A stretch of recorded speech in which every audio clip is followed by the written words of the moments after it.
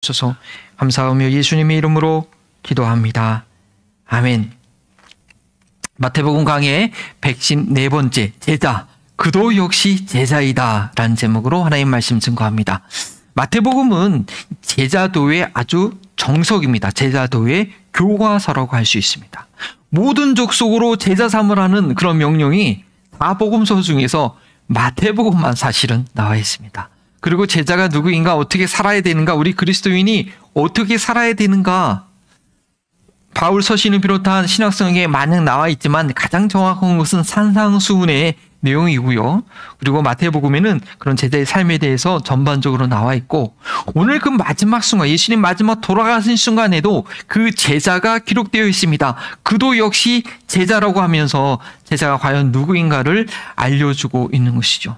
뿐만 아니라 우리가 같이 그 다음 단락까지 읽었는데, 그 단락을 읽은 것은 무엇이냐? 하나님의 말씀을 안다고 하고 하나님을 섬기다고 하지만 그렇지 않은 자들이 왜곡된 모습을 보면서 우리가 과연 주님의 제자의 모습을 잘 갖고 있는가 마음에 기억할 수 있어야겠습니다.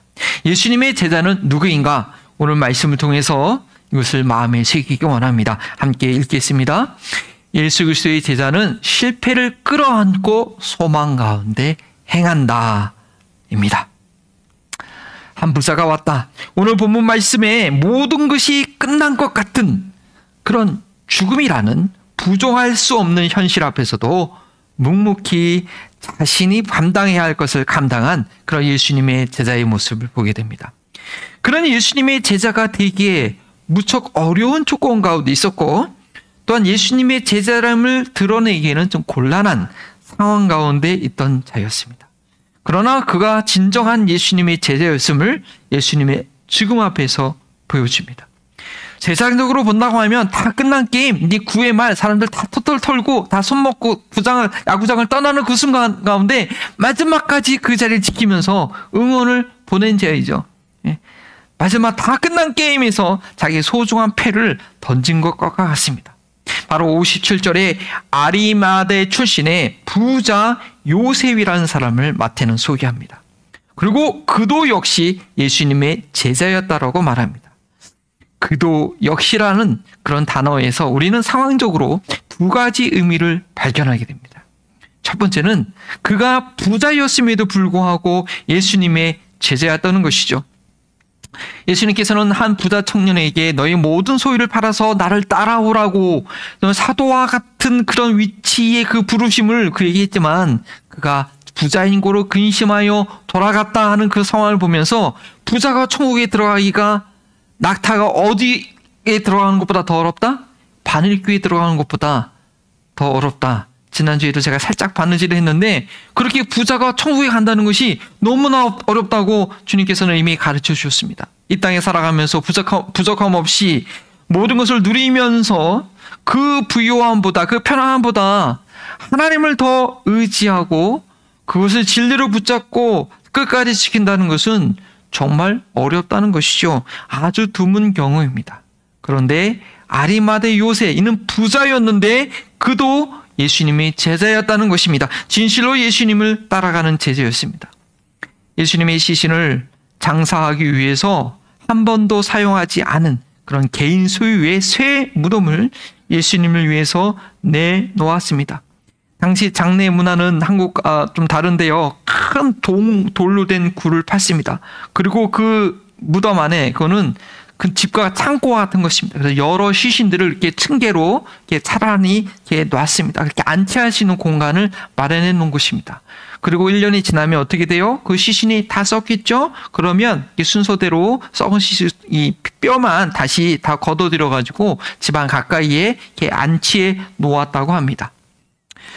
그래서 우리 한국에는 가족묘가 있죠. 좀 산이 있거나 묘가 있는 사람들은 그 산을 사가지고 여러 가족들을 거기다 이렇게 모시는 것처럼, 유대인들은 좀 돈이 있는 분들은 큰 굴을 만들어서 자기 가족들을 다 매장하고 이렇게 했던 것입니다. 아리마대 요셉도 이 재력이 있었기 때문에 이런 개인 굴을 갖고 있었고, 바로 그리고 아주 성경 본문을 보면 새로 판 이 동굴에 예수님의 시신을 처음으로 거기다 둔 것입니다. 그렇기 때문에 예수님께서 부활하셨을 때 시신이 없어진 것을 금방 알 수 있었던 거죠. 왜냐하면 거기에는 다른 시신이 없었고 예수님은 시신이 있었는데 없었기 때문에 금방 확인이 된 것입니다. 근데 만약 예수님이 돌아가셨을 때 그런 마땅한 매장지가 없었다고 한다면, 요즘에 미국에서도 그렇고 한국에서도 그렇고 이 매장할 땅을 사는 게 얼마나 비쌉니까? 근데 예수님께서 마땅히 매장할 곳이 없었다고 한다면 예수님께서 무슨 재산이 있겠습니까? 그러면 다른 십자가에 죽었던 죄수들처럼 그냥 골짜기에 저기 그냥 던져지게 되게 됩니다. 그 아마존에 나온 레저렉션이라는 영화를 보니까 그런 가설이 나오더라고요. 예수님 무덤이 없었으니까 그냥 대충 딴 사람의 시신을 이렇게 해가지고 여기 있다라고 하려고 막 그 십자가에서 죽었던 처형했던 그 시신들을 막 찾는 그런 내용이 나오더라고요. 만약에 아리마다 요셉이 이렇게 동굴을 준비하지 않았다고 한다면 예수님은 그런 골짜기에 버려졌을 것이고, 예수님이 부활했을 때 그 정황을 정확하게 보여주기가 어려웠을 것입니다. 그러나 아리마다 요셉은 예수님의 그 시신을 잘 장례하기 위해서 당당하게 빌라도에게 찾아가서 예수님의 시신을 달라고 했고, 또 자신을 위해서 준비했던 이 새 동굴에 예수님의 시신의 향유를 붓고, 요한복음을 보면은 이 누구죠? 니고데모도 같이 한 30kg 이상의 향유를 가져다가 예수님의 시신을 잘해서 정성을 다해서 장례를 치렀습니다. 돈을 사랑함이 일만하게 뿌리라고 했지만 돈 그 자체는 악이 아닙니다. 하지만 저희로 하여금 하나님을 의지하지 못하게 유혹하는 것이 돈이기 때문에 우리는 항상 조심해야 됩니다.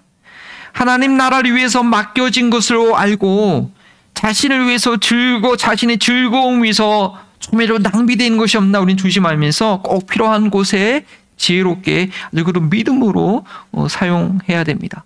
같이 믿음 생활했던 분 중에서 보면은 정말 너무나 아끼는데 저분은 정말 저렇게까지 아껴야 되나? 그런데 필요할 때 막 쓰시는, 정확하게 아낌없이 쓰시는 거 보면 그분이 그 검소한 삶이 더 존경이 펴지는 경우를 제가 본 적이 있습니다. 아리마다 요셉은 그런 사람이었습니다. 예수님을 따르는 제자 중에서 아리마다 요셉과 같이 재력이 있는 사람이 있었기 때문에 예수님의 시신을 부활을 위한 준비로 장례할 수 있었던 것이죠. 그러니 예수님의 제자가 되기 위해서 참 어려운 그런 부자였으나 그 부유함을 하나님 나라를 위해서 사용한 그런 제자였습니다. 그리고 두 번째 그도 역시라는 그 표현에는 아리마다의 요셉은 예수님의 제자임을 끝까지 포기하지 않은 사람이었다라는 것을 보여줍니다. 누가복음에는 이 아리마다의 요셉이 의회 공회원, 사내들이 공회 의원이었다고 했습니다. 사내의원은 한 60명으로 구성된 그런 유대 자체 그 국회의원 같은, 그리고 대제사장이 주관이 돼서 모든 것들을 그들의 법률적인 것을 판단하는 그런 멤버였는데 그 중에 한 사람이었습니다. 그리고 그는 하나님 나라를 기다리는 선하고 의로운 사람이라고 했습니다. 그래서 누가복음에 보면은 그 사내들의 회원이 가야바의 그 주도 아래 예수님의 사형을 판결하지 않았으니까 그때 아마도 니고데모도 그랬을 텐데 그건 기록이 없으니까 모르겠지만 이 아리마다 요셉은 거기에 동참하지 않았다, 거기 반대했다라는 그런 기록이 있는 것입니다. 그러나 그는 평상시에는, 그 전까지는 자신이 예수님의 제자라는 것을 드러내지는 않았습니다. 요한복음에 보니까 유대인들을 두려워하여서 자신이 예수님의 제자라는 것을 드러내지는 않았다라는 말이 있습니다. 그러나 가장 중요한 때, 예수님 그 판결을 받을 때, 그리고 모든 제자들이 도망치는 데서 예수님의 시신이지만 방치될 만한 그런 상황 가운데서 이 아리마다 요셉은 자신의 예수님의 제자인 것을 숨기지 않고 그가 할 수 있는, 그가 해야 될 일을 감당하고 있는 것입니다. 이 빌라도가 쉽사리 아리마다 요셉에게 예수님의 시신을 내어준 것은 그가 사내들인의 그 공회원이었기 때문에 가능한 것인 것입니다. 다음날 제사장들과 바리새인들이 빌라도에게 와서 예수님의 무덤에 가서 어쩌고 저쩌고 말한 것을 보니까 이미 다 소문이 퍼진 거예요. 야, 아리마다 요셉이 예수님의 시신을 자기 새 무덤에 묻어놨대라는 것이 다 알려졌기 때문에 그렇게 그들이 찾아온 것이죠. 아리마다 요셉은 자신이 예수님의 시신을 거둠으로써 혹여나 사내들이 공의회에서 쫓겨나게 될 것을 두려워하지 않았습니다. 그러나 예수님께서 가장 곤란한 상황에서 자신을 드러낸 것입니다. 뭐 예수님께서 많은 기적을 행하시고 많은 사람들이 예수님을 따라다니고 그렇게 인정받고 있을 때 자신의 모습을 드러낸 것이 아닙니다. 예수님의 연한 제자들까지도 포기하고 도망친 상태에서 자기를 드러내기를 주저하지 않았습니다. 이제 다 끝난 것 같은 죽음이라는 상황에서 그런 예수님의 제자로서 그가 할 수 있고 해야 할 일을 감당한 것입니다. 이러한 아리마대 요셉에 대해서 마태는 그도 예수의 제자라고 기록하며 증언한 것입니다. 이것이 바로 진정한 예수님의 제자의 모습이 아닐까요? 아리마대 요셉이 예수님께서 부활하실 것이라는 그런 말씀을 기억하고 그렇게 했는지는 분명하지 않습니다. 그 상황 가운데 얼마나 모두가 절망 가운데 있었기 때문에 그것을 생각할 새가 있을지는 모르겠습니다. 그러나 하나님 나라를 기다리는 자였다라고 설명한 것을 보면 하나님 나라의 소망 가운데 그렇게 한 것임을 우리는 알 수 있습니다. 예수님의 죽음 앞에서 모두가 실망하여 어쩔 줄 몰라 떠나간 상황에서도 그는 낙심하지 않고 정신을 차리고 용기를 내어서 자신이 예수님의 제자라는 것을 마지막 순간에 드러내며 소망 가운데 행한 것입니다. 이 세상에서 우리가 믿음을 갖고 살아가노라면 저희도 언제든지 이런 예수님의 죽음과 같은 상황에 직면할 수 있습니다. 내가 전혀 예상하지 못했던 그런 일들이 일어나고 사람들의 눈에 보기에는 전혀 가능성 없어 보일 때가 있는 것입니다. 이러한 예들을 구체적으로 설명드리기보다도 어쩌면 제가 교회를 개척하면서 이미 그런 상황을 겪었고 어쩌면 지금도 그런 거라고 말씀드릴 수 있겠죠. 그러할 때 어떡할 건가? 교회 개척을 포기하고 아내 병간호하는 거에 집중해야 되나? 그것도 소중한 일이지만 맡겨진 일이기 때문에 사명이 있기 때문에 그렇게만 할 수는 없는 것이죠. 그러할 때 도망쳐서 다락방에 숨을 것이 아니라 내게 주신 사명을 우리는 소망을 가지고 감당해야 합니다. 그 상황에서도 나만이 할 수 있고 내가 할 수 있는 일을 감당해야 되는 것이죠. 이 에픽스 지역에 이 DFW가 아니고 이 트라이앵글 리서치 RTP 지역에 많은 한인들과 또 방문하는 예수님을 모르는 그런 또 한국에서는 어느 정도 영향을 끼칠 수 있는 많은 분들이 오거든요. 그분들에게 복음을 증거하기 위해서 한 교회로 여러 교회들이 좀 있지만 한 교회라도 더 세워져서 이 복음을 증거하는 일을 포기하지 않고 계속 해야 되는 것이죠. 바로 그때를 위하여 아리마대 요셉처럼 나를 준비해 놓으신 하나님의 계획이 있는 것입니다. 저희가 이 땅에서 지금 내 눈으로 보고 있는 일이 그것이 마지막 복보가 아니라 부활의 소망을 가지고 영원한 나라에서 누릴 일을 바라볼 때에 우리는 그 죽음 가운데서도 나를 통하여 행하실 하나님의 일을 볼 수 있게 되는 것입니다. 아리마대 요셉처럼요. 그렇지 않은 일들은 이 땅에서 일어나는 일, 이것이 전부이기 때문에 그것만 생각하기 때문에 낙심하게 되고 때로는 이것이 아닌가 보고 제자들이 떠났던 것처럼 믿음의 길을 때로는 떨어져 나가기도 합니다. 아니면 이 땅에서 일어나는 그런 두려운 일들을 좀 피해보려고 온갖 거짓을 행하고 타협하게 되기도 합니다. 그런 일을 행하는 자의 내용이 바로 다음에 계속 나오고 있습니다. 다음날 이 대제사장과 바리새인들은 누굴 찾아갑니까? 빌라도를 찾아갑니다. 그 다음날은 무슨 날이죠? 안식일이에요. 안식일. 이들이 철저하게 안식일을 지켰는데 안식일 지키기 위해서 병자도 고치지 말라고 했는데 글쎄 이방 사람을 찾아가서 만난다? 있을 수 없는 일이에요. 그러나 그들에게는 그들이 철저하게 지켰던 그 안식일마저 대충 이렇게 하면서 꼭 빌라도를 만나야 될 긴박한 일이 그들에게 있었던 것이죠. 바로 예수님이 3일 만에 다시 살아난다는 그런 일을 이 사람들은 알고 있었습니다. 그래서 빌라도에게 찾아가서 빌라도를 주여라고 부릅니다. 그러면서 뭐라고 얘기해요? 그자가 살았을 때 3일 만에 다시 살아난다는 것을 우리가 기억하고 있습니다라고 빌라도한테 얘기합니다. 참 아이러니한 일이죠. 그렇게 예수님이 내가 죽었다가 다시 살아날 것이라고 4번이나 5번까지 얘기했는데 제자들은 그 예수님이 다시 살아난다는 말을 기억했다는 말은 기록이 없는데 이 부활의 증인들이 얘기해줘서도 의심했었는데 아니 이들은 그 예수님의 말씀을 기억하고 나름대로 거기에 대한 대처를 아주 긴급하게 안식일까지 어겨가면서 준비하고 있다는 것입니다. 예수님의 제자들이 무덤에서 예수님의 시체를 훔쳐간 후에 살아났다고 한다면 더 큰 혼란이 있을 것이라고 하면서 무덤을 굳게 지켜야 된다고 빌라도에게 요청합니다. 그리하여서 무덤을 막아둔 돌에 아직 임봉까지 다시 하고 경비병들을 동원해서 무덤을 3일 동안 지키게 합니다. 이러한 대제사장과 이 바리새인들의 행동은 뭐냐? 이것은요, 말씀을 안다고 하면서도 말씀을 기억한다고 하면서도 그 말씀대로 하는 것이 아니라 그 현실의 어려움을 인간적인 방법으로 해결하려고 하는 이 땅에 속한 그리스도인의 모습과 같다라고 저희는 볼 수 있는 것이죠. 대제사장과 바리새인들은요, 율법을 아는 자들입니다. 백성을 대표해서 하나님을 섬기는 일을 하는 사람들입니다. 백성의 믿음의 본을 보이는 사람들입니다. 그리고 아주 말씀에 대한 이해력이 아주 뛰어난 사람들이에요. 왜 그런지 아세요?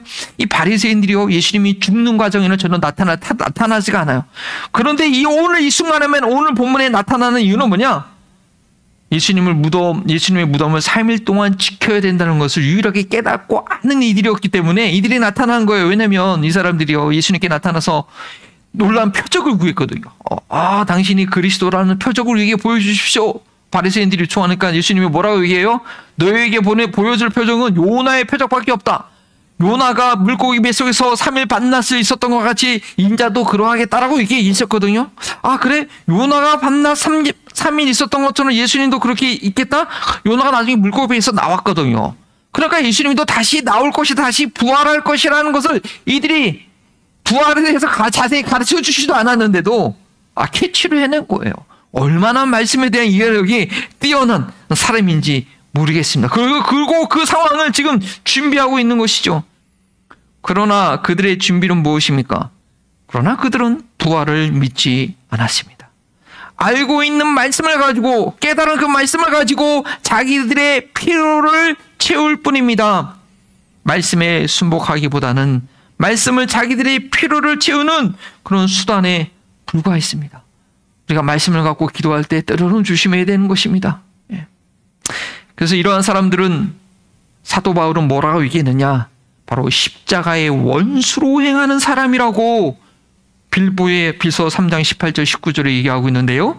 우리 같이 영어로 읽으세요. 네, 한국말로 한번 이 성경 말씀 세번역 성경인데 함께 읽어보겠습니다. 내가 여러분에게 여러 번 말하였고 지금도 눈물을 흘리면서 말하지만 그리스도의 십자가의 원수로 살아가는 사람들이 많이 있습니다. 그들의 마지막은 멸망입니다. 그들은 배를 자기네의 하나님으로 삼고 자기네의 수치를 영광으로 삼고 땅의 것만을 생각합니다. 그리스도의 십자가의 원수로 살아간다. 땅의 것만을 생각한다.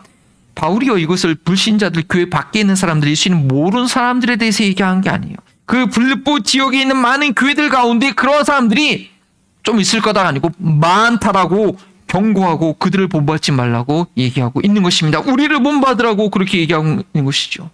믿는다고 하지만, 그 안에서 믿음 생활한다고 하지만 여전히 땅에 있는 것들만이 그들의 기도 제목이요, 그들의 관심사요, 그것이 응답되지 않으면 시험 들어서 넘어가고 교회를 떠나는 그런 사람들이 많이 있다라는 것이죠. 땅에 있는 것으로 만족하고 땅에 있는 것으로 인하여 근심 걱정하고, 결국 그들은 십자가의 원수로 살아가는 이들이라고 사도 바울은 단호하게 얘기하고 있습니다.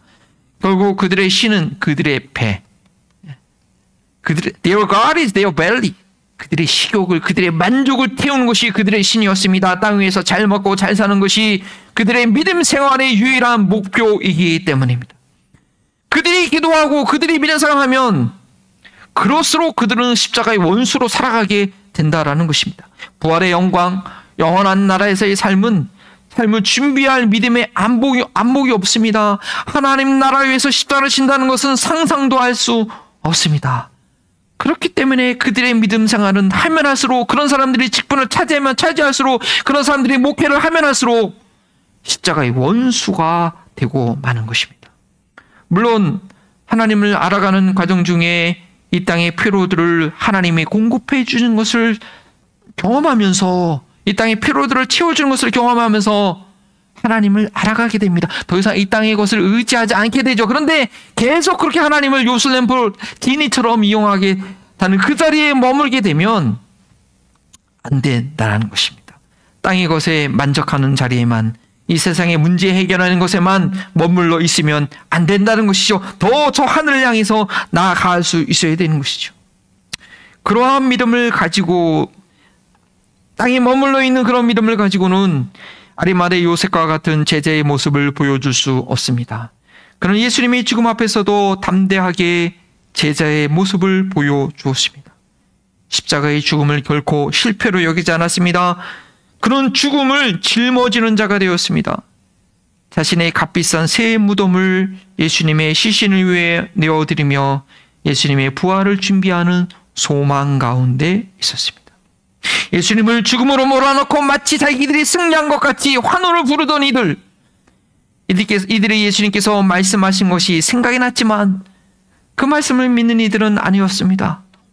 혹시나 그런 일이 일어날까 봐 세상적인 방법으로 막아보려고 했습니다. 그러나 저희가 다 이미 알고 있듯이 저들의 인간적인 방법으로는 부활을 막을 수가 없었습니다. 부활을 지키던 군인들을 통해서 이 부활의 소식을 정말 들었지만 믿지 않았습니다. 그 순간에도 믿지 않고 오히려 돈으로 군인들을 매수하여서 끝까지 진실을 왜곡했습니다. 왜냐하면 지금 자신들이 누리고 있는 기득권, 이 땅에서 누리고 있는 것이 삶이 더 진리보다 중요했기 때문입니다. 그들의 배가 그들의 신이었기 때문입니다. 우리 믿는 이들의 최후의 승리는 이 땅 위에서가 아니라 영원한 나라에서의 부활의 영광입니다. 잠시 주어진 이 땅에서의 영광이 아니라 부활의 모습에서, 영원한 나라에서 내가 어떤 모습으로 살아가는가, 내 관심을 갖는 것이, 기대하는 것이 바로 부활의 믿음입니다. 이 부활의 믿음이 있는 자들은 이 땅에서 어떤 어려움을 당한다 할지라도, 어떤 죽음과 같은 그 실패를 겪는다 할지라도 도리어 그것을 영원한 나라에서 영광을 누릴 수 있는 또 다른 기회로 받아들이게 됩니다. 왜냐하면 이 땅의 것이 마지막이 아니기 때문입니다. 하지만 이런 부활의 믿음이 없는 사람들은 이 땅에서 어려움을 겪을 때, 어떤 혼란이 올 때 그것을 살짝 피해보려고 거짓을 행하고 맙니다. 우리 남은 십자가 제자교회, 자신의 십자가를 지고 예수님을 따라가는 제자를 삼는 우리 남은 십자가 제자교회의 성도들은 이 땅에서 겪는 그 어려움들, 그 좌절들을 눈에 보이는 대로만 그냥 이해해서 낙심하고 실망할 것이 아니라 예수님의 말씀을 기억하여서 부활의 소망을 가지고 믿음으로 행하는 자가 되어야 됩니다. 오늘 말씀에 예수님의 죽음 앞에서 그 수건간에도 그의 제자됨을 포기하지 않았던 이런 아리마대 요셉의 이야기가 바로 우리의 이야기가 되어야 됩니다. 예수님의 말씀을 깨달았고 알았고 기억했던 이 대제사장과 바리새인들이 자신의 현실적인 그런 것으로 대비적으로 사용하는 것, 그런 이 땅의 것만을 구하는 이런 십자가의 원수가 되는 그런 그리스도인이 되지는 말아야 하겠습니다. 여러 가지 안 좋은 상황 가운데 직면했을 때, 정말 죽을 것 같은 그런 상황에 임했을 때 우리가 무엇을 선택할 것인가? 다 포기하고 그냥 간두고 그냥 고기나 잡으러 갈까? 아니면 살짝 그것을 피하기 위해서 한 번만 거짓말 해볼까? 한 번만 속여볼까?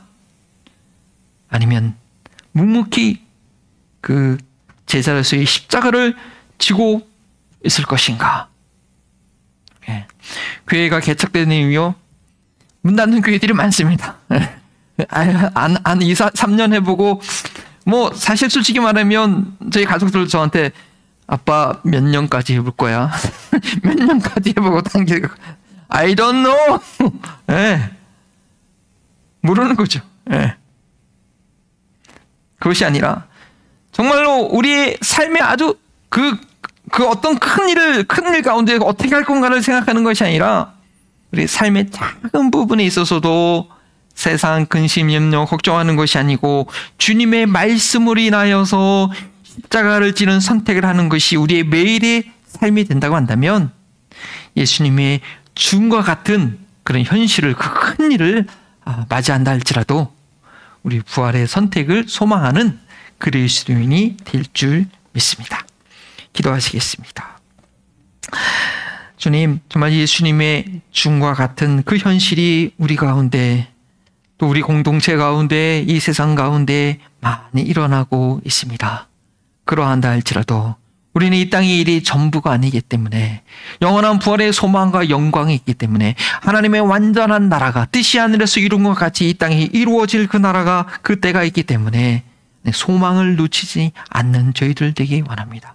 아리마다의 요셉처럼 정말 예수님의 제자가 되기가 힘들고 예수님의 제자됨을 드러내기가 어려운 그 상황에서도 그 가장 극적인 순간에 부활의 소망을 준비했던 것처럼, 우리 인생 가운데 닥치는 그 가장 어려운 순간에 바로 하나님께서 이때를 위하여 나를 준비하신지 알고 주님의 제자됨을 드러낼 수 있는 저희가 되게 하여 주옵소서. 그러나 우리 남은 십자가 제자교회, 오늘 역사 가운데 많은 교회들이 있었지만 이 하나님의 구속의 역사를 이뤄가는 때에 그 뜻을 드러내는 교회로서 당당히 서 있도록 주님 저희 교회를 이끌어 주옵소서. 감사하며 예수 그리스도 이름으로 기도합니다.